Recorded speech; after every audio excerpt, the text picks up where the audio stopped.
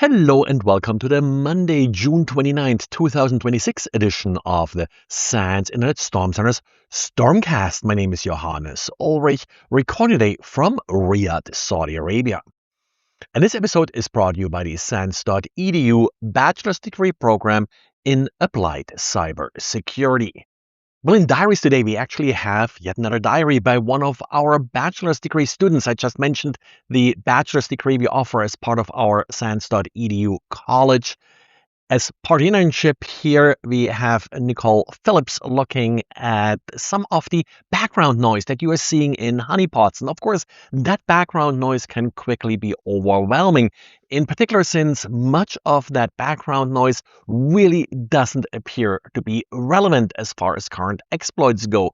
The vulnerabilities being exploited are often decades old, and, well, in many cases, actually, the exploits being used are not even functional.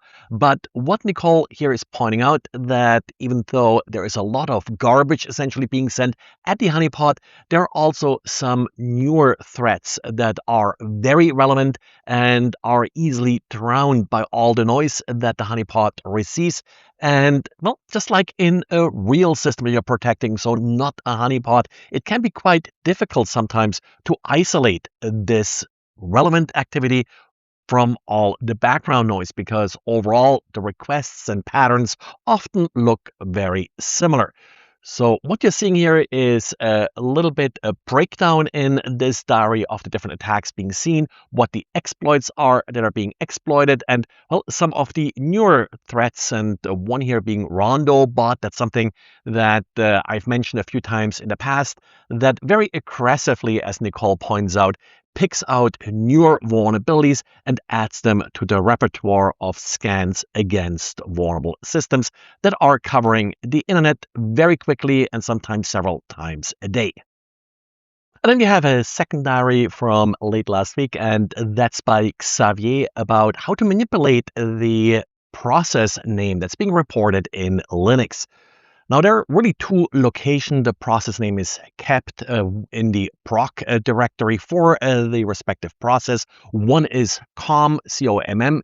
Well, that's just the process name. That's easy to manipulate. There is like PRCTL and such that can be used to manipulate the process name in this file. The second one is the command line file, and that's a little bit more tricky because it doesn't just contain the process name, but it also contains any arguments being passed to the process on the command line.